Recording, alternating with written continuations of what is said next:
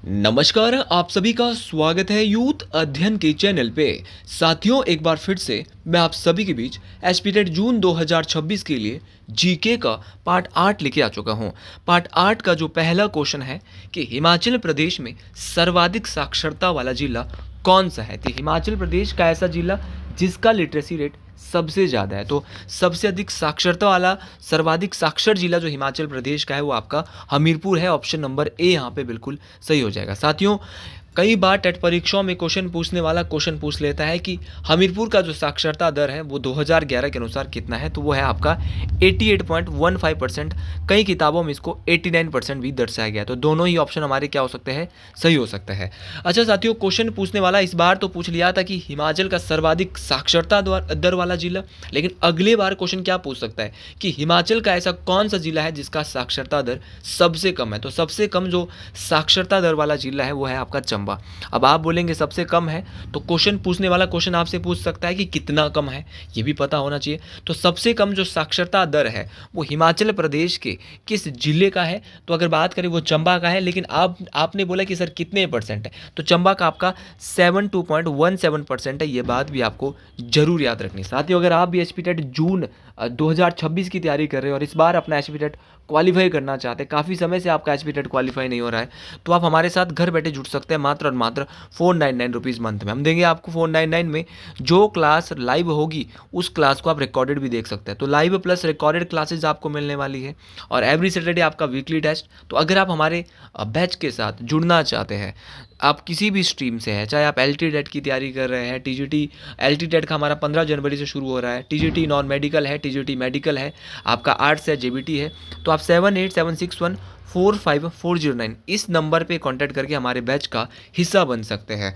आज ही बन सकते हैं, देर नहीं करनी है, क्योंकि जितना देर करेंगे उतना ही आपका समय कम होता जा रहा है, क्योंकि जून में आपके जो ये एग्ज़ाम टेट के होने इसकी डेट आ चुकी है। अच्छा, आगे बढ़ते हुए फिर आपसे क्वेश्चन पूछने वाला क्वेश्चन क्या पूछता है। क्वेश्चन पूछने वाला क्वेश्चन पूछता है कि 2011 के अनुसार पूरे हिमाचल का साक्षरता दर कितना था। तो पूरे हिमाचल का था 82.80%, है ना, 82.80%। कई किताबों में बोला जाता है कि अब 83% है, लेकिन उस समय आपका कितना था, 82.80% था। कई किताबों में हो सकता है कि 83 भी दिया गया हो। लेकिन दोनों ही यहाँ पे दोनों बातें बिल्कुल सही है मेरे साथी। दोनों की दोनों बातें आपको क्लियर याद रखनी है, दोनों ही बातें मोस्ट इंपॉर्टेंट है।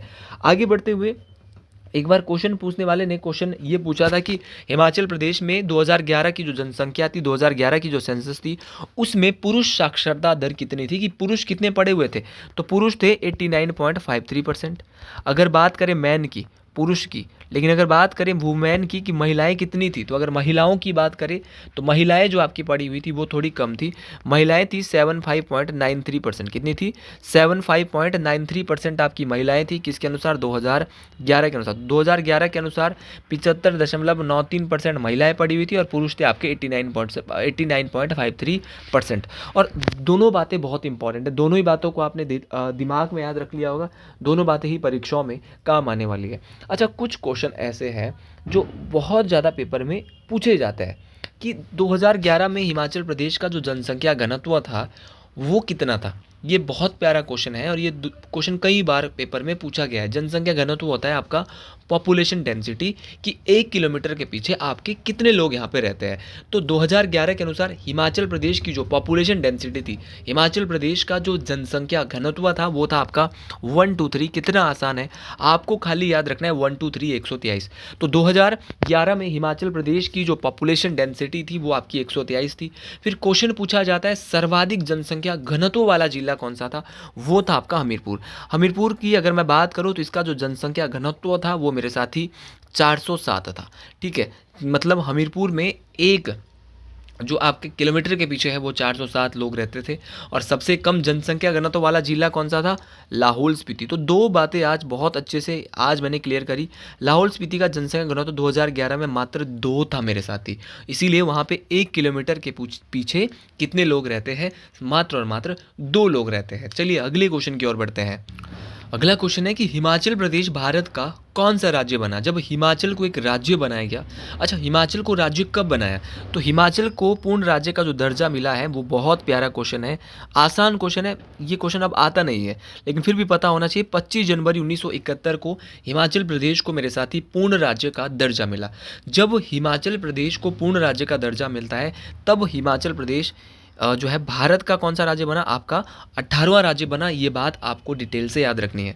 लेकिन साथियों, क्वेश्चन पूछने वाला क्वेश्चन ये पूछता है कि 25 जनवरी को क्या मनाया जाता है? तो 25 जनवरी को आपको पता होना चाहिए कि 25 जनवरी को आपका मनाया जाता है स्टेट्यूट डे, मतलब कि स्टेट्यूट डे। और एक होता है हिमाचल दिवस। हिमाचल दिवस कब मनाया जाता है? तो हिमाचल दिवस मनाया जाता है 15 अप्रैल को। तो 15 अप्रैल को हिमाचल डे मनाया जाता है, मतलब कि आपका हिमाचल दिवस मनाया जाता है, क्योंकि 15 अप्रैल 1948 को हिमाचल प्रदेश का क्या हुआ था? गठन हुआ था। हिमाचल कब बना? ये बहुत प्यारा क्वेश्चन है। तो हिमाचल बना था 15 अप्रैल 1948 को। ठीक है, तो 15 अप्रैल 1948 को हिमाचल का गठन हुआ। और जब गठन हुआ तो गठन के समय हिमाचल में कितने राज्य थे? ये क्वेश्चन कई बार पूछा गया। और कौन से थे, कौन से नहीं थे? आपको पता होना चाहिए कि जब हिमाचल का गठन होता है तो हिमाचल में 4 राज्य थे। अब आपको दिमाग लगाना है। कैसे? आपको मेरे ट्रिक याद रखना है। मैंने ट्रिक दिया है SMMC। तो याद रखना SMMC क्या थे। SMC तो याद रख ही लेना। तो याद रखना SMMC या SMMC।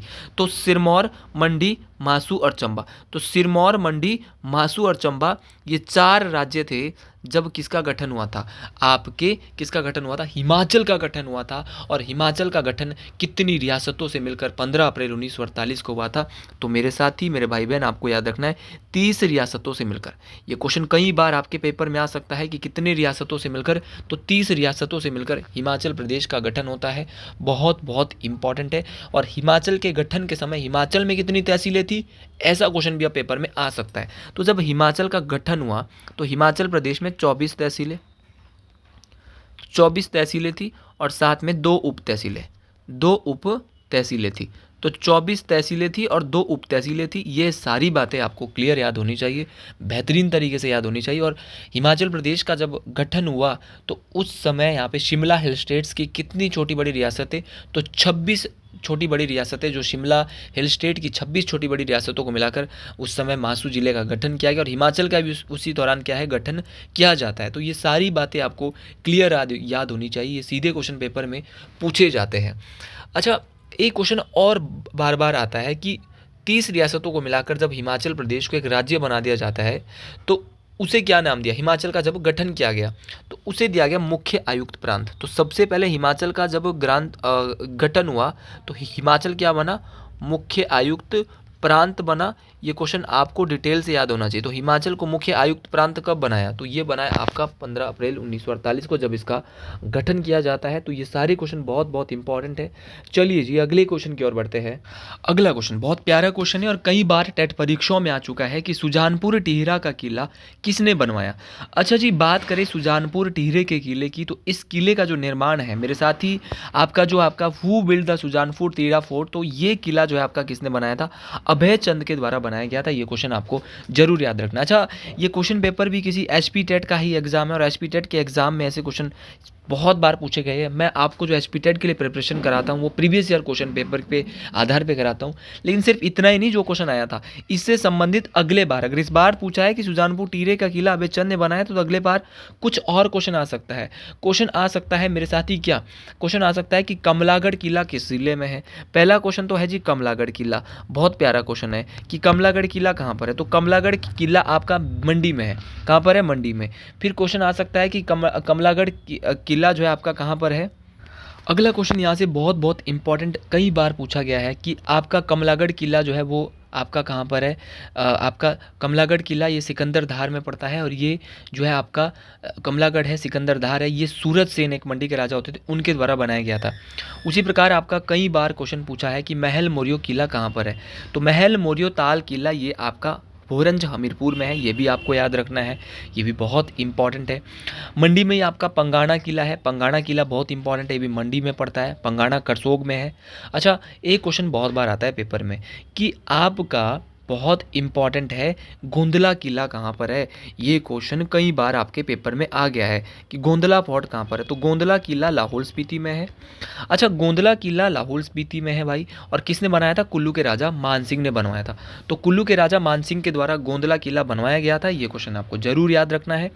फिर जी क्वेश्चन पूछा जाता है आपका क्या, आपको पता होना चाहिए कि आपका बहुत बहुत इम्पॉर्टेंट है आपका जातक फोर्ट। जातक फोर्ट कहाँ पर है? तो जातक किला ये राजा रणजौर सिंह के द्वारा बनाया गया था। ये आपका सिरमौर में है। जातक फोर्ट या जातक किला आपका सिरमौर में है, सिरमौर की तहसील नाहन में है, याद रखना है। जातक के अलावा आपका सिरमौर में ही मानगढ़ किला है जो कि पच्छाद में पड़ता है, और हरिपुर किला जो कि हरिपुरदार में है। तो जातक किला, मानगढ़ किला और हरिपुर किला ये सारे के सारे कहाँ पे? सिरमौर में है। अच्छा, मलौन फोर्ट कहाँ पर है? तो मलौन फोर्ट आपका, मलौन किला जो है आपका कहाँ पर है? सोलन जिले में है। अच्छा, आपका हिंडूर है, हिंडूर आपका नालागढ़ में है। आपका ये भी याद रखना है। मोस्ट सारी की सारी बातें बहुत इंपॉर्टेंट है। अच्छा, एक बार क्वेश्चन पूछा गया था कि 16 सिंगी किला कहाँ पर है? तो 16 सिंगी किला आपका ऊना में है। ठीक है। बछरेटू किला कहाँ पर है? तो बछरेटू किला बिलासपुर में है। बछरेटू के अलावा बहादुरगढ़ किला, तो बहादुरगढ़ किला आपका कहाँ पर है? ये भी बिलासपुर में है। रतनपुर किला कहाँ पे? तो रतनपुर किला भी आपका बिलासपुर में है। तो ये सारी बातें बहुत बहुत इंपॉर्टेंट है। ये सारी बातें परीक्षाओं में पूछी जाती है। अगले क्वेश्चन की ओर बढ़ते हैं। अगला क्वेश्चन है कि शिमला कालका रेलवे लाइन कब बनी? तो अगर बात करें शिमला कालका रेलवे लाइन की, तो शिमला कालका रेलवे लाइन जो कब बनी, तो ये बनी थी कब? ये आप मेरे को कमेंट बॉक्स में बताएंगे। तो 1903 में इसका काम शुरू हुआ। तो कब बनकर तैयार हुई? 1906 के आसपास बनकर तैयार हुई। अच्छा, ये इसको यूनेस्को में कब डाला? हर एक बात बहुत इंपॉर्टेंट है। तो जो आपका शिमला कालका रेलवे लाइन है, इसकी लंबाई कितनी है? ये क्वेश्चन भी बहुत बहुत इंपॉर्टेंट है।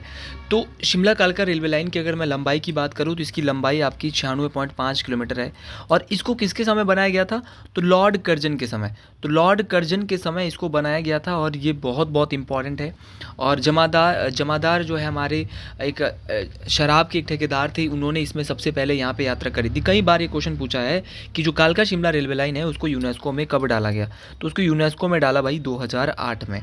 ये सारे क्वेश्चन बहुत इंपॉर्टेंट है। तो चलिए अगले क्वेश्चन की ओर बढ़ते हैं।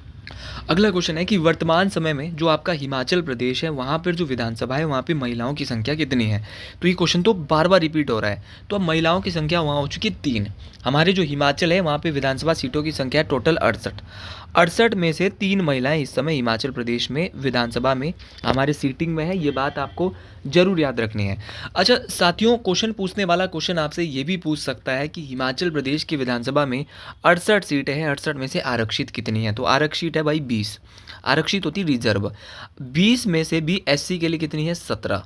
और एसटी के लिए कितनी है? आपकी 3। तो आपको याद रखना है एससी के लिए 17 है, एसटी के लिए 3 है। टोटल सीटें कितनी है? 20 है। और टोटल यहाँ पे 68 है, आरक्षित 20 है, शेड्यूल कास्ट के लिए 17 और शेड्यूल ट्राइब के लिए 3। सारी बातें बहुत इंपॉर्टेंट है, सारी बातें परीक्षाओं में पूछी जाती है। और जो क्वेश्चन परीक्षाओं में आएगा ना, उन क्वेश्चन को आप गलत बिल्कुल नहीं करेंगे। अच्छा, हिमाचल प्रदेश का वो कौन सा जिला है जहाँ पे विधानसभा की सर्वाधिक सीट है? तो वो है कांगड़ा। कांगड़ा में विधानसभा सीटों की संख्या है 15। फिर क्वेश्चन पूछने वाला क्वेश्चन पता है क्या पूछता है? क्वेश्चन पूछता है कि हिमाचल का वो कौन सा जिला है जहाँ पे दूसरे नंबर पे सर्वाधिक सीटें सबसे ज़्यादा है? तो वो है मेरे साथी आपका मंडी। और अगर मंडी की बात करें, मंडी में है 10। तीसरे नंबर पे सर्वाधिक सीटें हैं आपकी शिमला। शिमला में कितनी है? तो शिमला में आपकी 8 है। शिमला वाला आपको जरूर याद रखना है, शिमला में 8 है। फिर क्वेश्चन पूछने वाला क्वेश्चन क्या पूछता है? क्वेश्चन पूछने वाला क्वेश्चन आपसे पूछता है कि हिमाचल का ऐसे कितने जिले हैं जहाँ पे विधानसभा की 5-5 सीट है?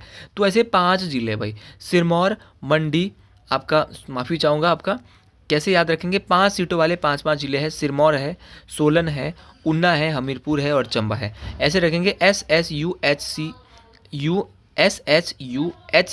तो याद रखना भाई, सिरमौर आपका, सिरमौर के साथ सोलन, हमीरपुर और ऊना और साथ में चंबा। तो यहाँ पर 5 जिले ऐसे जहाँ पे विधानसभा की हिमाचल में 5, सिरमौर में भी 5, सोलन में भी 5, हमीरपुर में भी 5, ऊना में भी 5, चंबा में भी 5। और 2 जिले ऐसे हैं जहाँ पर 4-4 है। अब कौन कौन से? बिलासपुर और आपका कुल्लू। तो बिलासपुर और कुल्लू ऐसे ज़िले हैं जहाँ पे विधानसभा की 4-4 सीटें हैं। दोनों बातें बहुत इंपॉर्टेंट है, परीक्षाओं में पूछी जाती है। ये क्वेश्चन बहुत इंपॉर्टेंट है, ये क्वेश्चन परीक्षाओं में आते हैं और जो क्वेश्चन परीक्षाओं में आते हैं उन क्वेश्चन को आपको याद रखना पड़ता है, बेहतरीन तरीके से याद रखना पड़ता है, तभी जाके बात बनती है। चलिए जी, अगले क्वेश्चन की ओर बढ़ते हैं। लेकिन 2 ज़िले हमने छोड़ दिए, एक तो था आपका किन्नौर, एक था आपका लाहौल स्पीति। तो लाहौल स्पीति और किन्नौर में जो विधानसभा की सीटें हैं वो आपकी एक-एक है, ये बात आपको ज़रूर याद रखनी है। अगले क्वेश्चन की ओर बढ़ते हैं। अगला क्वेश्चन है कि history of Punjab hill states पुस्तक की रचयिता कौन है? Who is the author of history of Punjab hill state? तो भाई आपका जो history of Punjab hill state जो किताब है, इसके जो रचयिता है वो कौन है? बहुत ही प्यारा क्वेश्चन है, ये क्वेश्चन परीक्षाओं में आता है।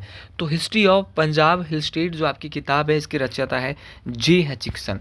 भाई जे हचिक्सन जो है, इनके द्वारा एक किताब लिखी गई, हिस्ट्री ऑफ आपका पंजाब हिल स्टेट्स। अच्छा जी, ये किताब तो आपको बिल्कुल पता चल गई, लेकिन एक किताब ऐसी है जो आपके टेट परीक्षाओं में बहुत बार पूछी जा रही है और वो किताब है तारीख ए रियासत सिरमौर।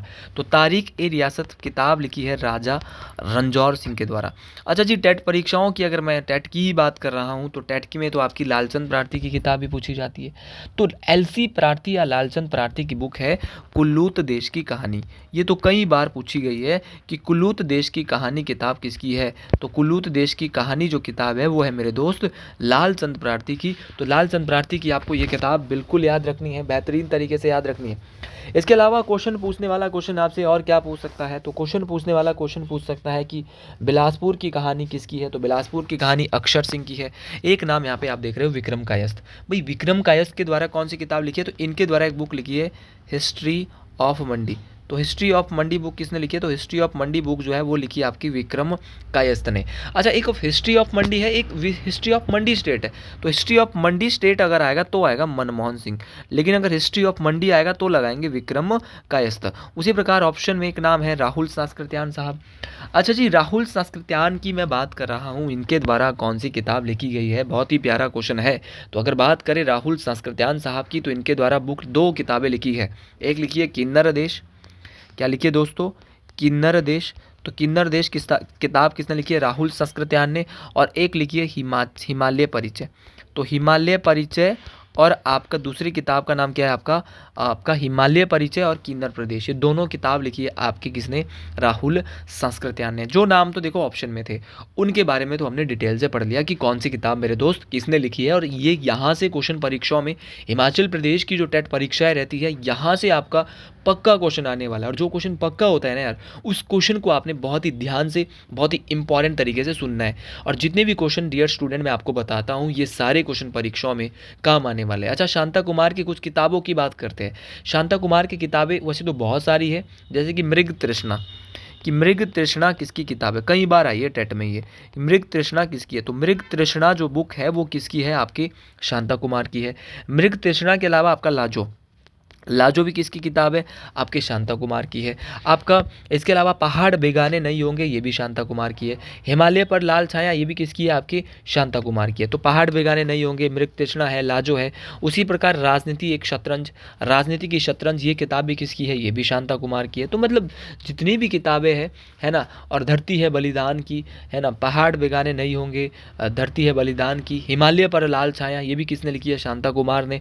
अच्छा, एक किताब मेरे दिल और दिमाग में हमेशा रहती है, वो है आपकी कंट्री लाइफ। कंट्री लाइफ किताब लिखी है नोहरा रिचर्ड्स ने। उसी प्रकार आपका एक बुक है आपकी हिमालयाज अबॉर्ड ऑफ लाइट। तो हिमालयाज अबॉर्ड ऑफ लाइट, ध्यान से सुनना है ये किताब जो मैं बोलता हूँ, ये लिखी है निकोलस रोरिक। तो निकोलस रोरिक ने किताब लिखी है जिसका नाम है आपका कौन सा? Himalayas abode of light. तो ये सारी किताबें आप लोग याद रखेंगे, बेहतरीन तरीके से याद रखेंगे। तो साथियों, आज के लिए इतना ही। और अगर आप भी हमारे बैच के साथ जुड़ना चाहते हैं, किसी भी स्ट्रीम के आप हो, तो 7876145409 इस नंबर पे कांटेक्ट करके हमारे बैच का हिस्सा बन सकते हैं। सभी को राम राम, हर हर महादेव, राधे राधे, जय श्री गुल महाराज।